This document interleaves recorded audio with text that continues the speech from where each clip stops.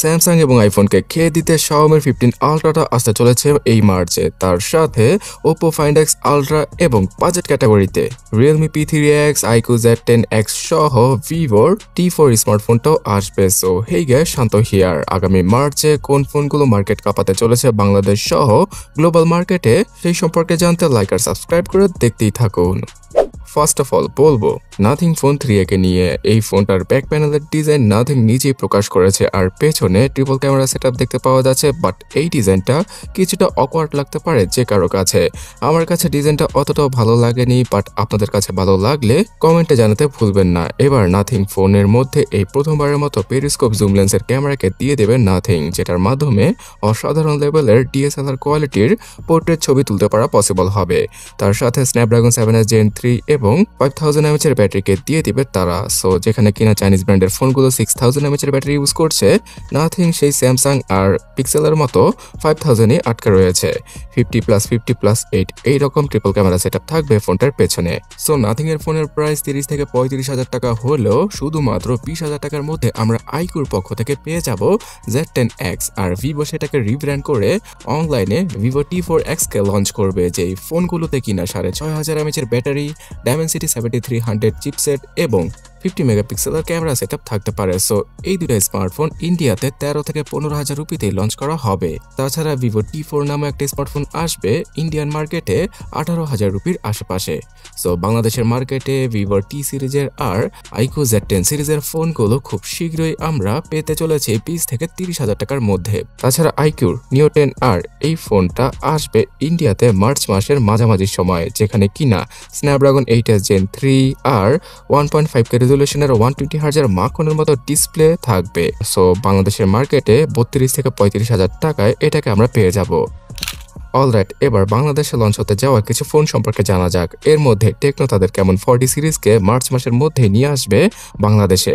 তার পাশাপাশি ইনফিনিক্সের Note 50 সিরিজের 5G ফোনটাকে এবার আমরা পেয়ে যেতে পারি মার্চ মাসে বাংলাদেশে, যেখানে কিনা Dimensity 7300 আলট্রা চিপটাকে ইউজ করা হবে। তার পাশাপাশি 5500 mAh এর ব্যাটারি আর 6.78 ইঞ্চি সাইজের হিউজ আকৃতির ডিসপ্লেকে দিয়ে দিতে পারে ইনফিনিক্স। তার পাশাপাশি ওয়ালটনের Xenon সিরিজের X91, যেটা কিনা কার্ভ ডিসপ্লে এবং মিডিয়াটেক Helio G100 এর সাথে আসে, সেই ফোনটা 20 থেকে 25,000 টাকায় অফিসিয়াল ভাবে পাওয়া যেতে পারে বাংলাদেশের মার্কেটে মার্চ মাসে। সো আমার মনে হয় না যে বর্তমানে ওয়ালটনের ফোন নিয়ে মানুষের আগ্রহ রয়েছে আর কেউ এই ফোনগুলো কিনে থাকে। তাছাড়া Oppo Reno 13 সিরিজের নতুন একটা স্মার্টফোন বাংলাদেশে 50,000 টাকার নিচে অফিসিয়াল ভাবে আনতে পারে Oppo। তবে আনঅফিসিয়াল ভাবে Oppoর Find X8 Ultra এবং Find X8 Mini কে লঞ্চ করে দেবে Oppo। এর মধ্যে আলট্রা স্মার্টফোনটাতে আলট্রা লেভেলের 50 মেগাপিক্সেলের ক্যামেরা সেটআপ থাকবে।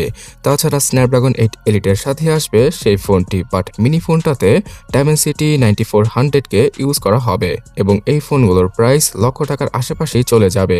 যদিও কিনা আমার মনে হয় না যে বাংলাদেশে Oppoর ফ্ল্যাগশিপ ফোনগুলোর তেমন কোনো চাহিদা রয়েছে। সো Oppoর ফ্ল্যাগশিপ ফোনের চাহিদা না থাকলেও তারই চাচাতো ভাই মানে OnePlus-এর চাহিদা এখনো বাংলাদেশে রয়েছে। আর OnePlus-এর 13 মিনি নামে নতুন একটা স্মার্টফোন আসবে 6.3 ইঞ্চি সাইজের ডিসপ্লে নিয়ে। আর এই ফোনটার সবচেয়ে বড় বিশেষত্ব হবে গিয়ে এত ছোট আকৃতির ফোনে 6000 mAh এর হিউজ ব্যাটারিকে দিয়ে দিবে OnePlus। পাওয়া যাবে Snapdragon 8 Elite এর সাপোর্ট আর 50 মেগাপিক্সেলের basic camera setup. So phone কেনার ক্ষেত্রে আমার কাছে 6.7 ইঞ্চির নিচে কোনো ডিসপ্লে যুক্ত স্মার্টফোন আসলে সেটাকে আমি স্কিপ করে দিই, বিকজ ছোট ফর্ম ফ্যাক্টরের ফোন আমার কাছে ভালো লাগে না। আপনাদের ভালো লাগে কি? অবশ্যই কমেন্টে জানিয়ে দিন। অলরাইট, এবার Xiaomi সম্পর্কে জানা যাক। Xiaomi 15 Ultra, যেটা কিনা Samsung এর S25 Ultra অথবা বাঘা ফ্ল্যাগশিপ ফোনগুলোকে খেয়ে দেওয়ার জন্য মার্কেটে আনবে Xiaomi, সেটা এই মার্চ মাসেই অফিসিয়ালি গ্লোবালি লঞ্চ করা হবে। এখানে 50+50+50+200 এইরকম মাথা নষ্ট করার লেভেলের ক্যামেরা সেটআপ থাকবে পেছনে। সামনেও পাওয়া যেতে পারে 50 অথবা 32 মেগাপিক্সেলের সেলফি। এই ফোনটার ডিজাইন সেই পুরনো আলট্রা সিরিজের মানে তাদের আলট্রা সিরিজের ফোনগুলোর মতোই থাকবে। সো এই ডিজাইনটা দেখতে অনেকটাই প্রফেশনাল ক্যামেরার মতো লাগলেও এখানে সফটওয়্যার অপটিমাইজেশনটাই হচ্ছে গিয়ে মেইন জিনিস, যার জন্য কিনা আইফোন আর স্যামসাংকে এখনো বিট করতে পারছে না Xiaomi। তাদের ক্যামেরা হার্ডওয়্যার মাথা নষ্ট করা লেভেলের হলো সেই আইফোন, স্যামসাং এমনকি ভিভোর কাছেও মার খেয়ে যায় তারা। Xiaomiর এই ফোনটা মানে 15 আলট্রাতে Snapdragon 8 Elite থাকবে আর কোয়াড কার্ভ এজ ডিসপ্লের সাথে আসবে এই ডিভাইসটি। এর প্রাইসটা রাখা হতে পারে সেই স্যামসাং আর আইফোনের ফ্ল্যাগশিপ ক্যাটাগরির স্মার্টফোনের মতো, মানে লক্ষ টাকার আশেপাশে। কিন্তু বাজেট ক্যাটাগরিতে Redmi 14, Poco M7 Pro সহ আর বেশ কিছু স্মার্টফোন আসবে। তাছাড়া Poco F7 এবং F7 Pro এই দুটো স্মার্টফোনও মার্কেট কাঁপাতে মানে ফ্ল্যাগশিপ কিলার স্মার্টফোন হিসেবে লঞ্চ করে দেবে, যেগুলো কিনা এই মার্চ অথবা এপ্রিল মাস থেকেই আমরা 35 থেকে 45 হাজার টাকা বাজেটে আনঅফিশিয়াল ভাবে বাংলাদেশে পেয়ে যাব। আর এদিকে স্যামসাং এর F06টা 10,000 রুপির নিচে ইন্ডিয়ান মার্কেট কাঁপাচ্ছে।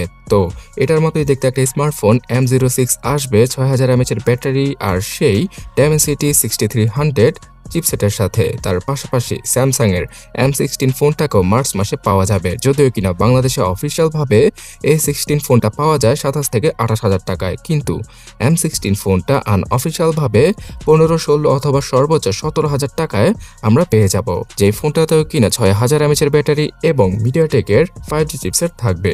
তবে সবচেয়ে হাই ওঠা ফোন হচ্ছে গিয়ে স্যামসাং এর A56 এবং A36। এই দুইটা স্মার্টফোনে যথাক্রমে Exynos এর 1580 আর 1480 থাকবে।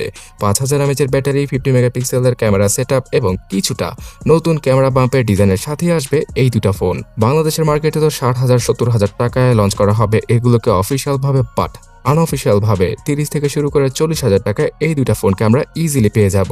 তো 6000 mAh এর ব্যাটারির সাথে আসলে এই সিরিজের ফোনগুলো ভালো হতো। তবে স্যামসাং মনে হয় না যে এত তাড়াতাড়ি সিলিকন কার্বন টেকনোলজির ব্যাটারিগুলোকে তাদের ফোনে ইউজ করবে। তো যত ফোনে আসুক না কেন মার্চ মাসে Realme P3X এবং P সিরিজের P3 Pro, P3 এই ফোনগুলোকে বিট করার মতো ফোন খুব কমই আসবে, বিকজ এই ফোনগুলো কম বাজেটের মধ্যে ভালো কিছু অফার করছে আমাদের। P3X এ পাওয়া যাবে Dimensity 6400 চিপসেটকে, IP69 এর রেটিং এবং 6000 mAh এর ব্যাটারি। আর এই ফোনটা 16, 17 অথবা 18 হাজার টাকায় বাংলাদেশের মার্কেটটা কাঁপাবে আনঅফিসিয়াল ভাবে। এখানে 6GB এবং 8GB র্যামের ভেরিয়েন্টও থাকবে। আর P3 এবং P3 Pro এই দুটো স্মার্টফোন 20 থেকে 30 হাজার টাকার মধ্যে আমরা পেয়ে যেতে পারি। তাছাড়া যারা কিনা আরো একটু ভালো স্মার্টফোন চাইছেন রিয়েলমির পক্ষ থেকে, তাদের জন্য Realme Neo 7X এই ফোনটা সর্বপ্রথমবারের মতো স্ন্যাপড্রাগন 6 Gen 4 এর সাথে আসবে, থাকবে 6000 mAh এর হিউজ ব্যাটারি আর IP69 এর ওয়াটার ডাস্ট রেজিস্ট্যান্ট। সো এই ফোনটা আশা করা যাচ্ছে ইন্ডিয়ান মার্কেটে iQOO Z10 অথবা Z10X কে কমপ্লিট করার জন্য মার্কেটে আনবে রিয়েলমি, যার প্রাইসিংটা 15 থেকে 20 হাজার রুপির আশেপাশেই রাখতে পারে তারা। সো বাংলাদেশের মার্কেটে 20 থেকে 25 হাজার টাকায় আমরা এইরকম একটা স্মার্টফোন পেতে চলেছি আগামী মার্চ অথবা এপ্রিল মাসে। অলরাইট গাইস, সর্বশেষে জানাচ্ছি গুগলের Pixel 9 এর সম্পর্কে। এই ফোনটা স্যামসাং এর A56 এবং iPhone 16e কে কমপ্লিট করার জন্যই মার্কেটে আনবে গুগল, যেখানে কিনা Tensor Z4 চিপসেটের পাশাপাশি 48 মেগাপিক্সেলের ডুয়াল ক্যামেরা সেটআপ আর গুগল Pixel 9 সিরিজের মতো ডিজাইনের আলোকে নতুন ডিজাইনের সাথে আসবে। আশা করা যাচ্ছে $499 অথবা $599 এর 8/128GB ভেরিয়েন্টটা আমরা পেয়ে যেতে পারি, যেখানে কিনা গুগলের সব ধরনের AI ফিচার তার সাথে 5 বছরের সফটওয়্যার আপডেট পাওয়া যাবে।